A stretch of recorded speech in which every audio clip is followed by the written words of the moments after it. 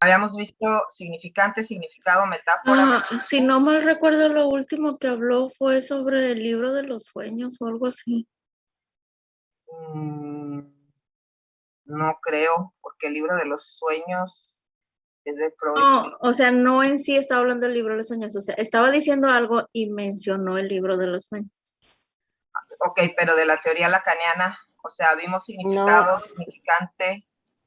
Sí, Sí, eso estábamos sí lo hablando vimos, estábamos hablando de eso. Estábamos hablando de signo, significado y significante, y después hablamos sobre lo que era una metáfora, una metonimia, y creo que ya era lo último. Ok, muy bien. Entonces terminamos toda la parte estructuralista de la teoría.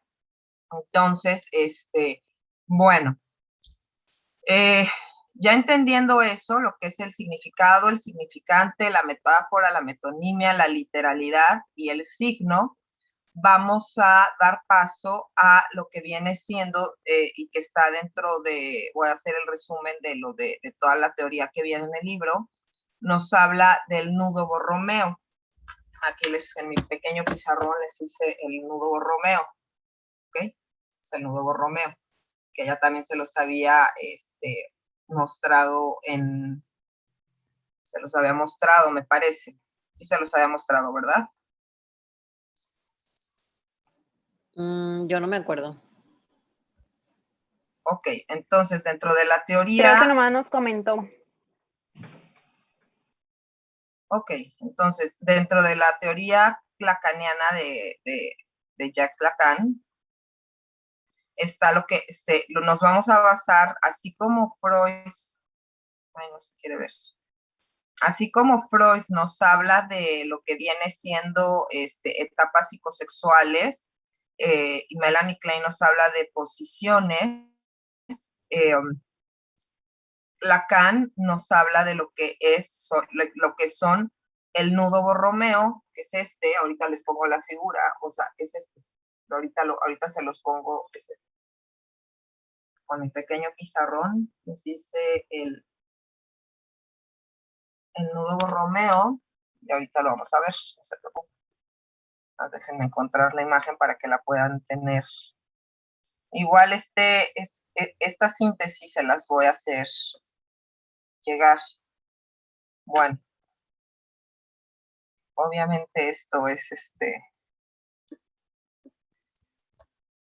bueno, está ahí tachoneado, ¿verdad? Pero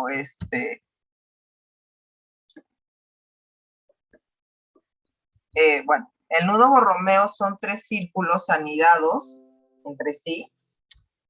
Aunque yo no me vea, me voy a poner así, que son estos 3 redondeles. Ajá, déjenme salgo para volver a abrir la presentación. Voy a quitar tantito aquí está. El nudo Borromeo se conjuga de lo que son 3 círculos anidados, y uno es el orden, el registro de lo imaginario, el otro es el registro de lo simbólico y el otro es el registro de lo real. Y en medio está el sujeto A, que es como pues es una arroba, ¿verdad? Para que lo puedan visualizar. Perdón, ¿qué era cada círculo? Uno es el imaginario, o sea, digamos que es como el ICR. Uno es el imaginario, el otro es el simbólico, que es con S, se grafica con S, y el otro es R, que es el real. ¿Sí? A esos 3 nudos. Y en medio es una arroba, ¿verdad? Es una arroba que lo que significa es sujeto a.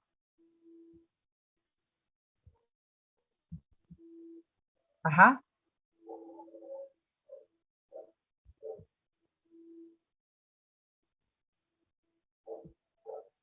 Ok, déjenme les doy ahorita les mando el documento al grupo. Déjense los mando al grupo de una vez. para que si no lo puedan ir siguiendo ahí. Entonces, cada uno tiene obviamente su significante y su significado. Déjense los mando de una vez. Ya, les estoy mandando el documento para que si quieren lo vayan siguiendo ahí. Ajá. Entonces, la teoría de Jacques Lacan es ya habíamos visto, bueno, vimos toda la parte estructural. Este es el nudo Borromeo, ajá, ISR sujeto a imaginario, simbólico y real. ¿Sí?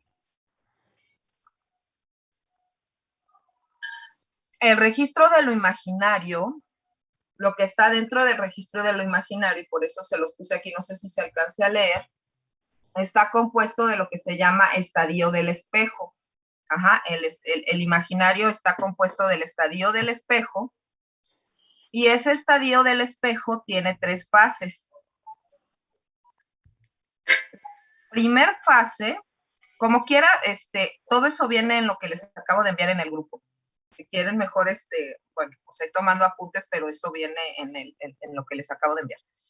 En el imaginario, que es el estadio del espejo, de acuerdo a la teoría lacaniana, nos menciona, muy similar a la teoría freudiana, que el sujeto aún es un ser,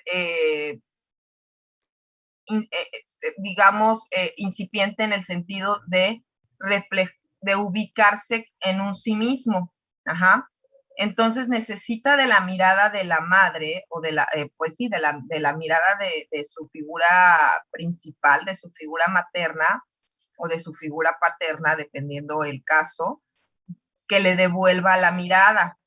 Es decir, o sea, cuando su principal figura es: mira tus ojitos, mira tu nariz, o sea, le va prestando a través de su mirada de figura fraternal, le va prestando este orden de la simbología, para que el niño se vaya visualizando en uno mismo. Porque recuerden que el niño, cuando acaba de nacer, y quienes han tenido bebés cerca de ustedes, ya sea hijos, sobrinos, nietos, lo que sea, el bebecito se agarra su piecito y es como si no supiera que es de él, o sea, lo ve como un objeto disperso a él, casi de recién nacido. Y entonces, poco a poco, a través de la mirada del espejo, del estadio del espejo, la madre o la figura fraternal le va prestando esa mirada para que se vaya integrando. Ajá. Ese es el primer tiempo. Ajá, donde justamente, por eso se llama imaginario, porque se va a ir conformando la imagen del sujeto, ¿sí? El segundo tiempo es cuando el niño, el niño de unos, más o menos lo maneja Lacan, aproximadamente de unos 18 meses, ya es capaz de mirarse en un espejo, ¿sí? Y al mirarse en un espejo, también, si se han dado cuenta, lo que sucede es que se empieza a identificar con esa figura que refleja su imagen. Entonces, en esta figura de la imagen, se acerca y se aleja, se acerca y se aleja, le pone la manita, le quita la manita, pensando que es un otro. Pero de esa manera él se empieza a identificarse, o sea, se empieza a identificar con él mismo y también con sus iguales. Quien ha trabajado en guardería o en instancia infantil o ha llevado a sus niños ahí, saben que por lo regular en los salones de lactantes, siempre de lactantes, cuando empiezan a caminar, siempre hay un espejo. Y esa es la función, o sea, la funcionalidad es esa, de que el niño se empiece a identificar con esa figura que se está reflejando en el espejo. Uh-huh. Ahora, es esa de ahí va a empezar un desprendimiento de que el niño,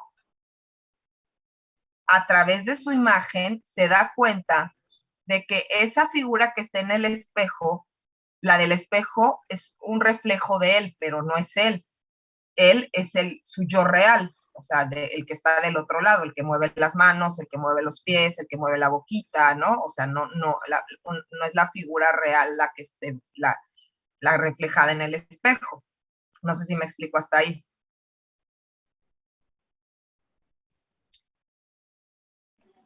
Sí. ¿Sí? Ok. Y ahí, justamente, ahí justo va a devenir o sea, el cambio o la transición. Déjenme sacar voy a bajar tantito el pantalla. Ahí va, o sea, en ese momento del imaginario va a devenir hacia lo que viene siendo el simbólico. Ajá. Porque en ese momento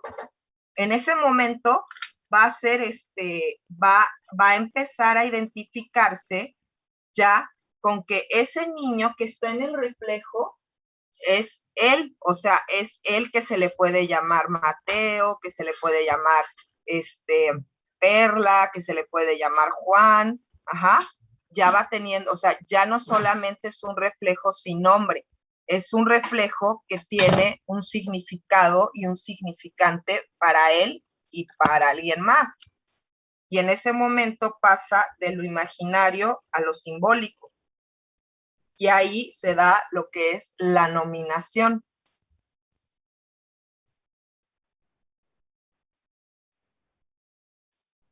Ya no es un solo reflejo, ya no es un solo, o sea, ya tiene un lugar en el espacio, ya tiene un lugar además en la realidad externa.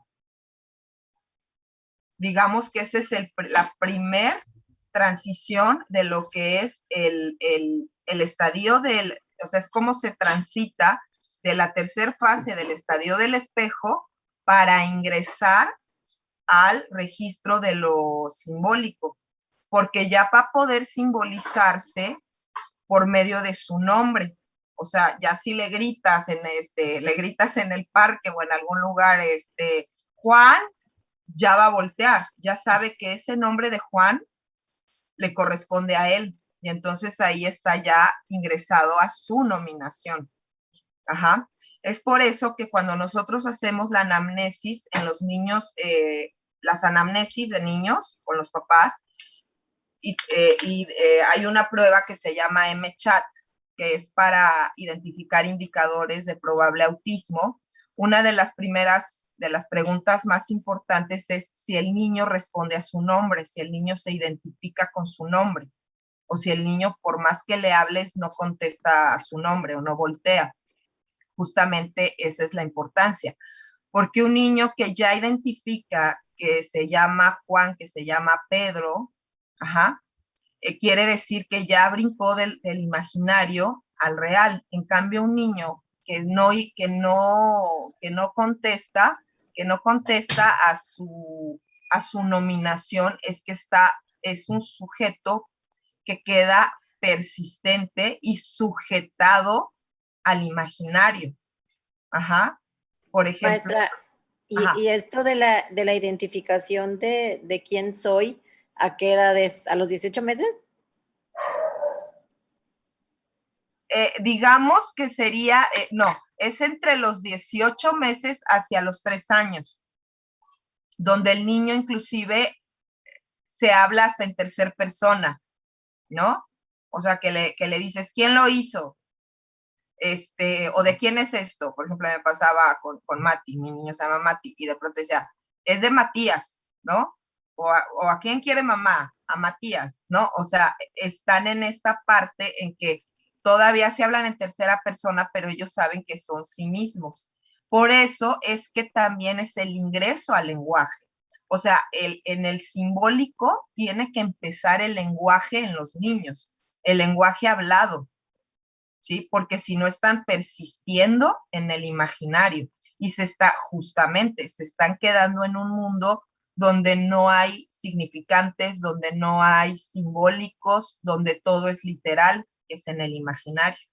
Y ahí es donde están persistiendo los niños que, por ejemplo, tienen lo que es el TEA, ¿sí? Porque ellos entienden literalidad, más no entienden metáfora. Y la metáfora, es que no sé si se alcanza a ver, la metáfora, como se los puse aquí en el imaginario, la metáfora es parte del simbólico, ¿sí?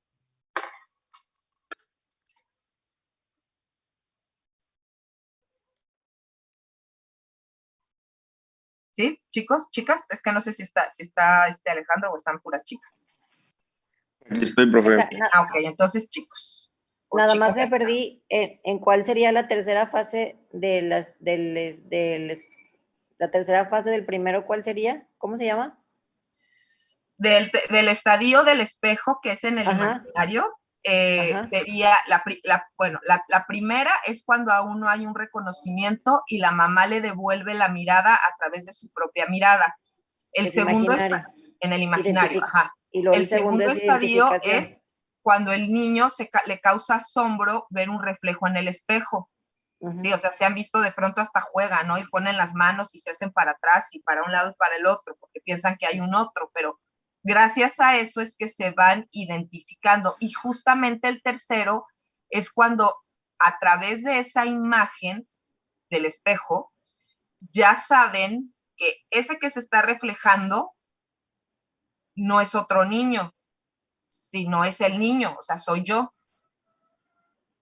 Ajá, o sea, y en ese momento ya saben que ese reflejo le posee un nombre, lo cual se llama una nominación. Y justo gracias a esa nominación de significantes pasa al simbólico. O sea, es un paso muy, muy, muy importante, esa transición. Por eso es que en lo que son terapias multisensoriales, lo que les hablaba de las guarderías, terapia de lenguaje y todo eso, siempre hay espejos. Y realmente tendría que ser como una parte muy importante de que cuando, pues que se tendría que saber, ¿verdad? Que toda familia, toda mamá o todo papá cuando por alguna razón se queda viudo, lo que sea, tiene que tener esta parte del espejo para que el niño se vaya identificando consigo mismo y que sepa que ese que se está moviendo no es un reflejo nada más, sino es el sí mismo. Y así, en el momento en que él se identifica con esa imagen, ya deja el imaginario, entra en lo simbólico y se apropia de su nombre. También por eso es muy importante nombrarlos, o sea, nombrarlos con su nombre, ¿verdad? Ahora sí que valga la redundancia, pero nombrarlos con el nombre y no con un apodo. O sea, le puedes decir el apodo como eso, como un apodo, como un cariñito, pero no como que se vaya a identificar siempre como no sé, el Pecas o no sé, el Pelos, o sea, que se identifique con su nombre y que se apropie de su nombre, porque apropiándose de su nombre está inserto en todo lo que es el simbólico, porque ella sabe que ese nombre le corresponde, esa figura imaginaria que se creó, pero también le corresponde su conducta, su comportamiento, le corresponden sus papás, le corresponde su escuela, le corresponde lo que le gusta, lo que no le gusta, o sea, ya se apropia de su nombre con todo lo que simboliza ese nombre. Ajá.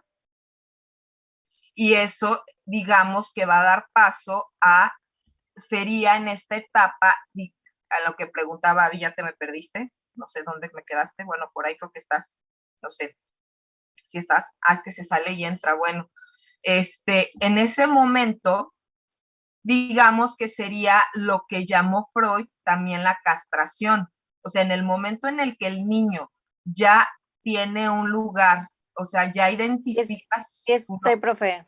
Sí, no, sí sé que te traes problemas con el internet, como sea. Entonces, en el momento en que el niño... Sí, es que se me está trabando, sí, sorry. Ok, más o menos donde nos quedamos. En el momento en que el niño se apropia de su nombre, ajá, sí, yo soy, o sea, ok, ese reflejo y a mí mis papás, ya, cuando dicen, Diana, pues se refieren a mí, yo sé que tengo que responder cuando dicen Diana, ¿no? Mis papás, por ejemplo. Entonces, ya en ese momento, ahí se puede insertar, digamos, ahí va a entrar lo que es el complejo de Edipo. Lacan más lo toma como lo que viene siendo, sí, el complejo de Edipo, porque va a venir una castración, pero lo toma como lo que es insertar lo que es la ley del padre, ¿sí? Que no es así como pensar, o sea, es la ley del padre es insertar la castración simbólica. Ajá, nuevamente, ahí sí es igualito que lo freudiano.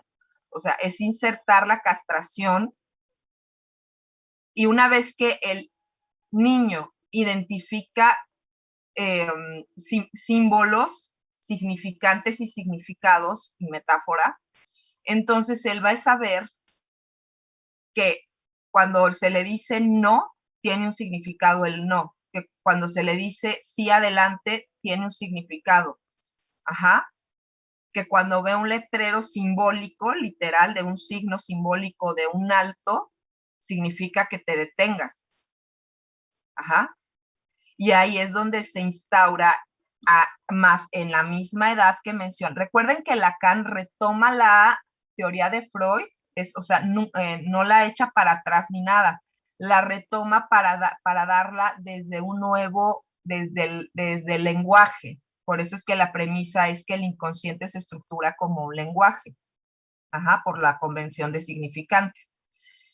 Y ahí es donde el niño, en el simbólico, instaura la ley del padre, que sería la castración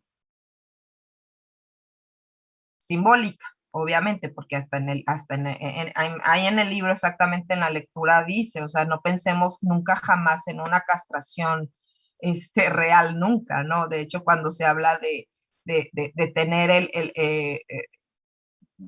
el falo, no se habla de algo orgánico, o sea, se habla de algo simbólico, por eso es la importancia, porque hay un momento en la vida del niño que por todo lo que se le da, el niño considera que es el poseedor del falo. O sea, el poseedor del falo, digamos, es el poseedor de la ley, del poder, ¿no? Lloro, me dan leche. Pido, me dan. O sea, porque todo se le va dando. Y crece en una parte narcisista, la cual también es necesaria para la formación yoica. Y en un momento los padres, ambos, tienen que escuchar los dos y cortar, ajá, o sea, castrar. Tú no eres aquí o sea, tú no eres el portador del poder, ni del falo, ni de la autoridad. La autoridad somos o sea, somos nosotros y hay reglas que seguir y hay normas que seguir y es cómo se va instaurando a esta parte simbólica. Uh-huh. Y junto con la parte simbólica es que el niño va ingresando al mundo de los significados y de los significantes. Todo tiene que ver también, si por ejemplo, a ustedes les llega un paciente y, por ejemplo, un paciente que tenga aproximadamente cuando tienen 3 años, tienen que tener un vocabulario entre 300 y 400 palabras. Uh-huh. Si tiene un vocabulario mucho menor que eso, entonces es muy probable que su registro simbólico se esté viendo obturado, se esté viendo atrasado. Entonces ahí habría que dar terapia de lenguaje, ¿verdad? Para que inserte significados y significantes. Ajá. Para que entienda cuáles son las reglas, las normas, lo que está bien, lo que está mal, y que vaya creando sus propios referentes, ¿sí? Ese es el significante. Digo, ese es el simbólico, el registro de lo simbólico. El poder, el sujeto, por eso es un sujeto A, porque un sujeto A, bueno, lo voy a poner con mejor. El sujeto A, digamos, sería como un sujeto neurótico, porque está sujetado a lo que es el registro de lo imaginario, el registro de lo simbólico y el registro de lo real. O sea, está sujetado a los 3 registros, entonces ese sería un sujeto que sería neurótico. Si un sujeto no está sujetado a esto, en el momento en que no estén unidos los redondeles, están sueltos. Ajá, por eso se llama nudo borromeo, tienen que estar entrelazados. En el momento en que solamente persista lo imaginario, eso significa que no hay simbólico, no hay real, y por lo menos estaría dando paso a la psicosis. Ajá, ¿sí? Entonces, ese es el sujeto, eso es, o sea, el imaginario toca con lo simbólico toca con lo real, lo imaginario toca con lo real. Y así es como se tiene que dar paso a lo que es lo simbólico para poder adentrar, o sea, junto con la ley del padre, se le va insertando en la realidad externa, ajá, de la que nos habla Lacan. Entonces, antes de empezar con la realidad, ¿se entiende? ¿Dudas? ¿Preguntas?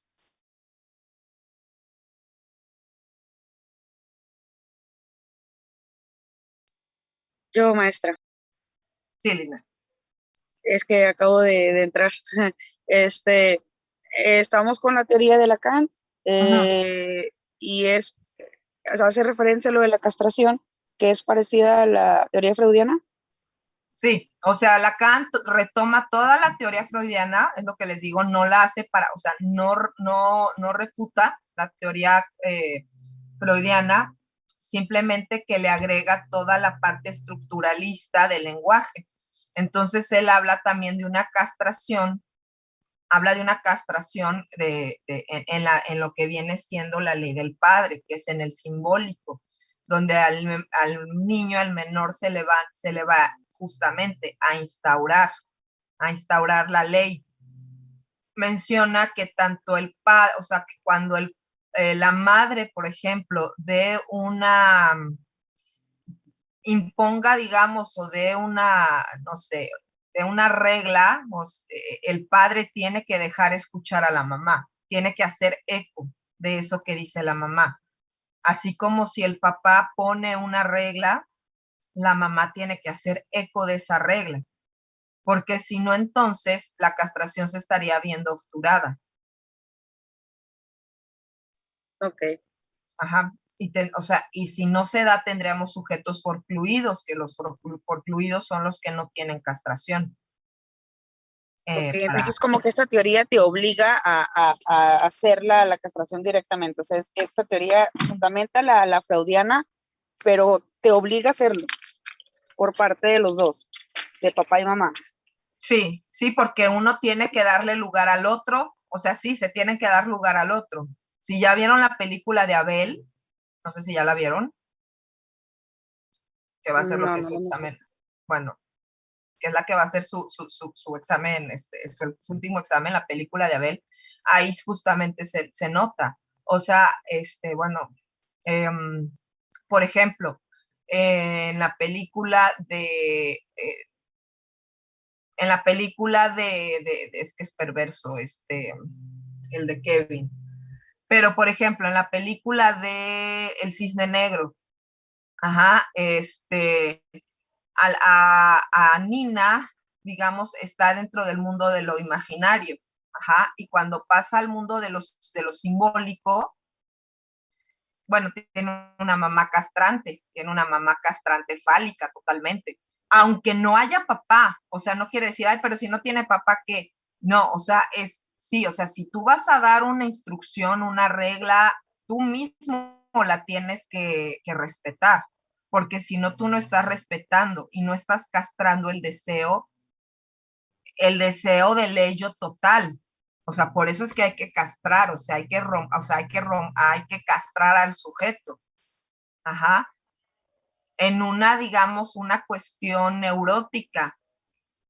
No me gusta utilizar la palabra normal, pero algo normal, ¿no? No tampoco estarlo castre, ¿no? Dentro de lo simbólico, o sea, no cada 2 minutos, no hagas eso, eso está mal, no esto, no lo otro, o sea, dentro de lo que viene siendo lo normal. Ahora, cuando son chiquitos y nos llegan a terapia, sí hay mucho modo de poderlo moldear, de poderlo, poder ver en qué registro, si está en el registro de lo imaginario, si está en el registro de lo simbólico, para poderlo trabajar. Ya cuando son adultos, pues ahí sí ya la estructura ya se formó, la estructura psíquica ya está formada. Entonces, por ejemplo, digo, nada más se los voy a comentar y ya cuando vean la película lo van a comprender. O sea, ¿qué pasa en la película cuando a lo mejor alguien ya, pues estoy segura que a lo mejor la vieron, no como cuestión seguramente algún momento la vieron de su vida la película de Abel, no como para analizarla, sino como que la hayan visto nada más en algún canal. ¿Qué pasa con Abel? Él no tiene ley, o sea, él no tiene ley paterna, tiene una relación aparentemente simbiotizada con la mamá, ajá, y él justamente empieza a tener una conducta delirante. Seguramente es que yo creo que sí la han visto, cuando toma el lugar del papá, o sea, yo creo que sí la han visto. Y entonces, ¿qué pasa? O sea, el papá no estuvo para instaurar su papel de papá, pero la mamá tampoco lo efectuó. Ajá, aunque no haya estado el papá. No tiene que ser, o sea, no tiene que ser una familia, papá, mamá, hijos, no, o sea, puede ser el papá con el hijo nada más o la mamá con la hija nada más, porque es un pase que le vas a dar. Por una parte, los papás le van a dar el pase a la castración y por otro lado, el mismo sujeto, el mismo individuo, el mismo niño, va a ir entrando al mundo de lo simbólico. Posterior, o sea, ¿por qué? Porque él se va a ir apropiando de sus nominaciones, de los significados, de los significantes, o sea, él va a saber que es una resbaladilla, pero a lo mejor en la resbaladilla, si ya se cayó y se abrió la boca, sabe que su significante es que es una resbaladilla que le duele. Entonces él ya se va a empezar a crear sus propios significantes. Eso no se los va a dar la mamá, eso no se los va a dar el papá. Esos referentes los va haciendo la propia persona. Ajá. Lo que sí le dan sus figuras primarias, ajá, es justamente la parte de la ley, la parte de insertarlo a la sociedad, pues sí, a las reglas sociales, a lo que, al deber ser, ¿sí?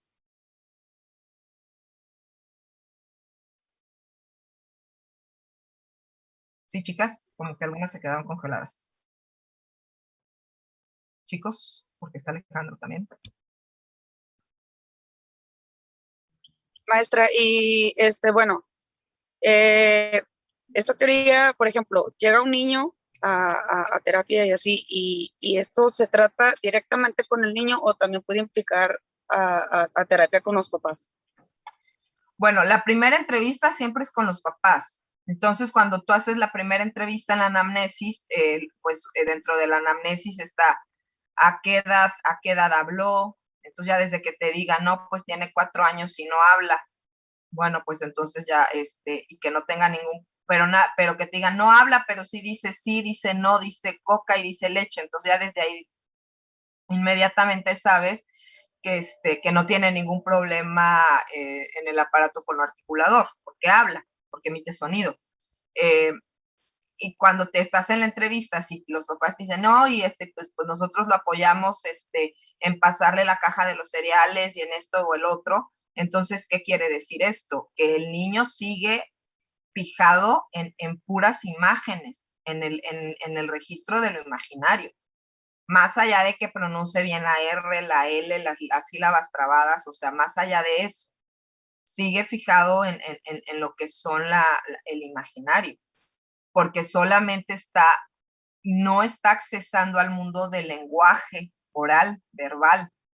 Entonces, por eso es tan importante la primera entrevista, siempre, sin que vayan los niños, siempre, o sea, sí, ahí es muy importante decirle, no traigan a los niños o a su niño La primera entrevista es con los papás. A partir de lo que te digan los papás, entonces ya vamos a empezar a hipotetizar si puede ser un trastorno del espectro autista o solamente es un problema de que no se le ha dado paso porque se le sigue tratando como un bebecito fijado en el imaginario. Porque también es eso, o sea, mucha sobreprotección de pronto es así de que, ay, no, que sigue usando pañal, ay, no, que no importa que no hable, que ya tenga 5 años, no importa que hable, sigue siendo mi bebé. Ahí ahí hay una sujeción hacia la simbiosis del papá, de la mamá o de ambos. Ajá, entonces, una también de las preguntas es, ¿el niño responde por su nombre? Cuando usted le habla, cuando le habla afuera, cuando le hablan los tíos, los primos, porque es eso, o sea, no el niño va a responder a su nombre nada más a los papás, sino al entorno, porque si no está en el entorno contestando, ya se nos va a acabar. Sálganse y vuélvanse a meter, por favor.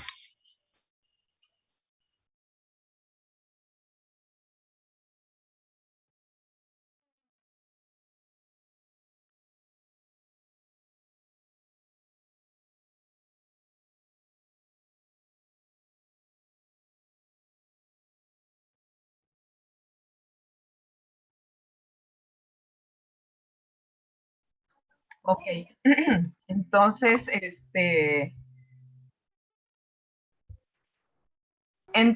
justamente, ahí es donde va a entrar al mundo de lo real, porque ¿qué es lo real?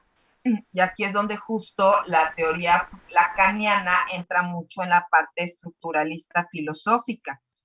Lo real, y que tiene que ver con los redondeles y con lo que es el significante, por eso es de que tiene que estar dentro del significante nuestro individuo, sea niño, adulto, adolescente, lo que sea.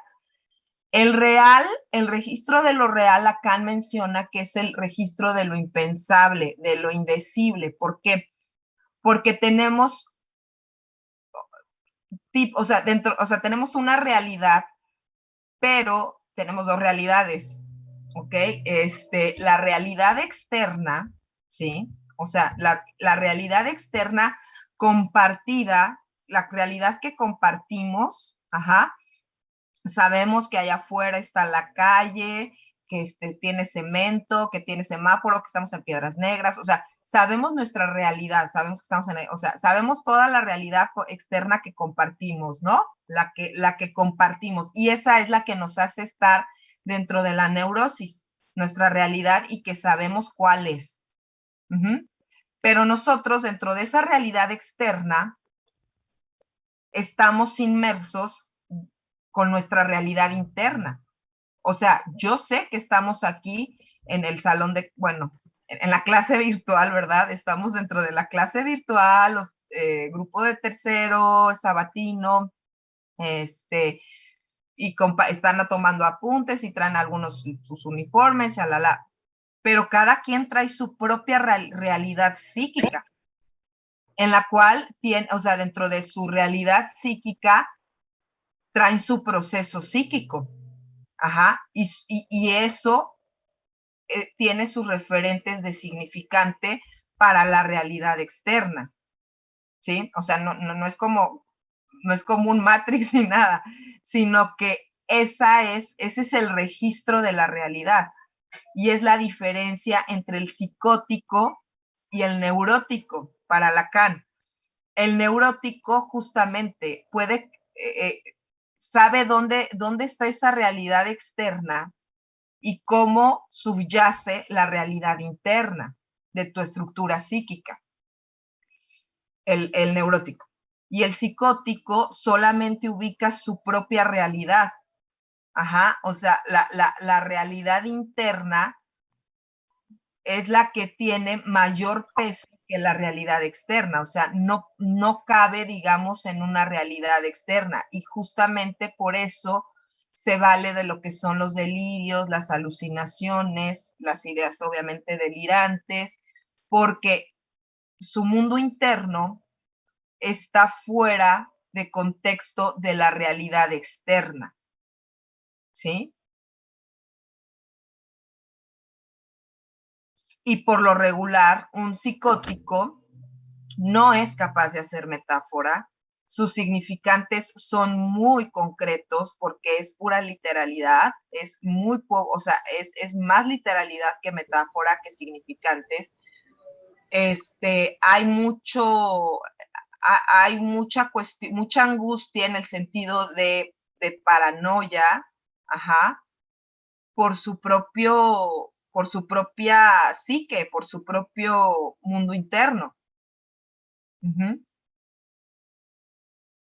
Y ese es el registro de lo real.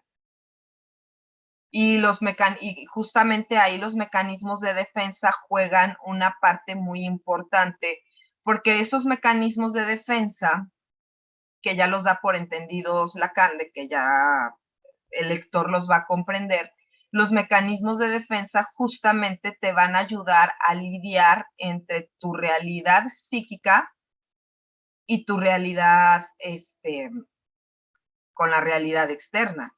Alguien que no tiene suficientes mecanismos de defensa y si tiene una situación adversa en la, no sé, alguien que, por ejemplo, le digan, ¿sabes qué? No sé, tu prima con la que estuviste ayer la acaban de diagnosticar de COVID, ¿no? Entonces, a lo mejor, ¿qué va a pasar? Una persona que utiliza sus mecanismos de defensa va a empezar a ver, o sea, ok, me espanto mucho, ¿no? Pero empiezo a racionalizar. A ver, estuve con mi careta, estuve con mi cubrebocas, me puse gel, me lavé las manos, me quité la ropa cuando llegué, o sea, a partir de la realidad externa, con sus recursos psíquicos, va a poder elaborar. En cambio, un psicótico o alguien que vive en su propia realidad se cierra su mundo, o sea, se cierra, no hay capacidad de racionalización, y si no hay capacidad de racionalización, no hay simbolismos. Y si no hay simbolismos, pues no puedes rehacer toda esta parte racional. Ajá. O sea, un psicótico es, o puedes entrar en un estado psicótico sin ser un psicótico, ¿verdad? O sea, puedes entrar en un estado psicótico de, ya, no importa nada, me contagiaste, ¿no?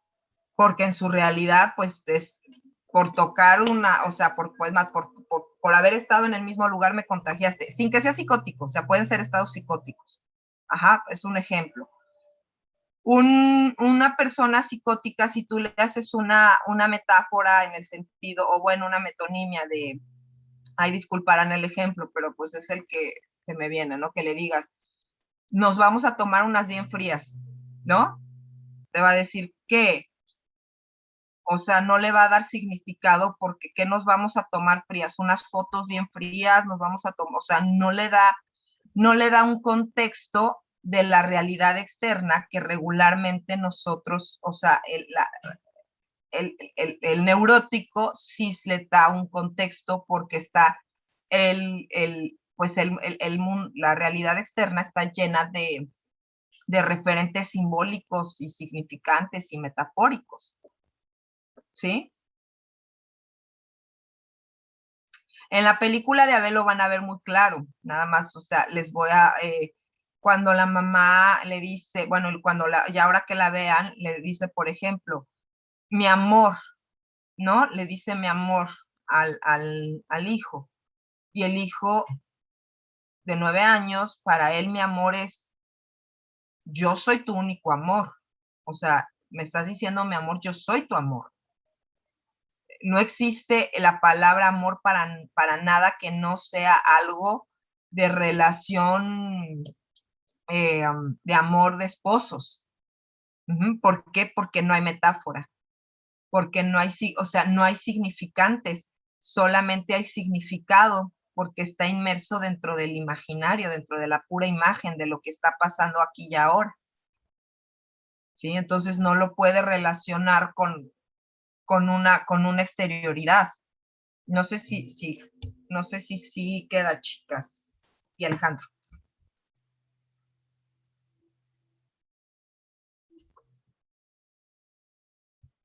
Maestra, entiendo que si estas fases, cuando está chiquito, bebé, y luego que empieza a reconocer si es él o no, si alguna de estas etapas, el infante, el niño, no lo reconoce, en un futuro puede llegar a ser un psicótico o no estar en la realidad. ¿Cómo fue la primera parte de la pregunta, Lidia? ¿Cómo fue? Que si alguna de las fases cuando es niño, de que pues no se reconoce en el espejo o de que no lo llaman a lo mejor en su casa por su nombre o de que no sabe qué es él y cree que solamente es como una imagen. Si alguna de estas fases no se logra o no se supera por el niño, en un futuro puede ser así como un psicótico. O sea, bueno, acuérdense que para que se cubra una patología tiene que cubrir un cuadro de síntomas. O sea, tendría que tener delirios, alucinaciones, o sea, tendría que tener todo un cuadro sintomatológico. Pero podría estarse formando un cuadro para dos tipos de probable afección. Uno pudiera ser defensas sí de tipo psicóticas, aunque no sea psicótico, o de trastorno espectro autista, ¿sí? Porque obviamente tiene que cumplir todos los cuadros, ¿verdad? O sea, tiene que cumplir intensidad, frecuencia y todo lo que nos marca el DSM-5. Pero por eso es muy importante darles o sea, cuando nos llegan como pacientes, sí como, bueno, no sé si era a la pregunta que se refería también Linda, sí darles el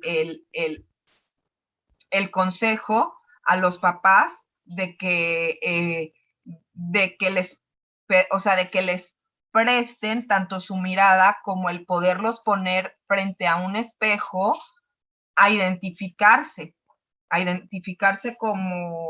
como individuos, porque eso va a crear su individualidad. No quiere decir que a todos, o sea, no quiere decir justamente, o sea, no es regla general, pero sí se pudiera ser la etiogénesis de una de estas situaciones, no que sea por default, pero sí que se empiece a generar una situación. O sea, una situación que podemos, si eres psicóloga infantil, que si desde un principio te empiezas a dar cuenta de una situación, se empiece a trabajar a ingresarlo al mundo de poco a poco de lo imaginario para llevarlo de la mano al mundo de lo simbólico. Ajá. Porque en automático, en el momento en que pasa del mundo de lo imaginario al simbólico, ya está pasando al mundo de lo real, porque va entendiendo que los símbolos pertenecen a la realidad, o sea, a la realidad externa. Pero sí, pues, de hecho, bueno, ahorita o sea, justo lo que preguntabas fue y ha sido durante muchos años la discusión entre el ego psiquiátrica y psicologista y orgánica y de todo, porque antes, por ejemplo, el TEA era considerado como un tipo de psicosis. Ajá. ¿Por qué? Porque el niño se mencionaba que estaba dentro de su propia realidad. De hecho, yo creo que han escuchado el estigma de que está en su propio mundo, ¿no?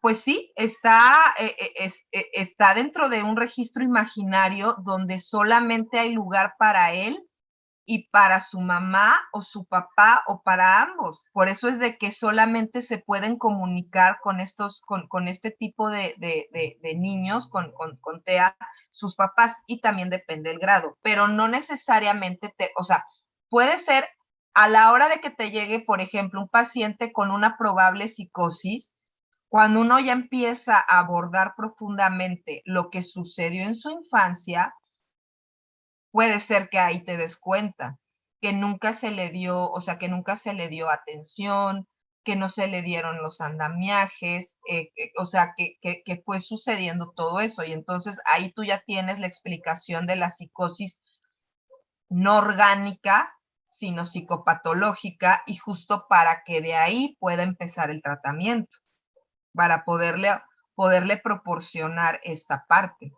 No sé si... ¿Qué dijo, maestra? Andamiaje. andamiaje o holding. Por ahí decía Winnicott, también holding. Y son cosas que, me decía un alumno de nocturno, me decía, Miss, pero pues si estas teorías ya están, o sea, ¿por qué no les da, o sea, por qué no dan así como cursos, ¿no? Para que, pues en casa se puedan hacer. Sí hay países donde sí lo hacen, o sea, hay países donde inclusive la cuarentena de la maternidad dura hasta 1 año, justamente para que este andamiaje, el holding, se vaya dando de manera justamente pues sí, completa, porque es parte del papá y de la mamá. En Noruega se hace. Exacto, ¿sí? Y sí se hace, o sea, y si tú te pones a ver los índices de enfermedades, trastornos mentales, son menores, ¿sí? Entonces, o sea, ahora, hay psicosis, ojo, hay psicosis que son, orgánicas y que son de acuerdo a un traumatismo craneoencefálico o que, o sea, que ya o que puede ser que traen una cuestión ya orgánica, porque hubo alguna lesión prenatal o postnatal,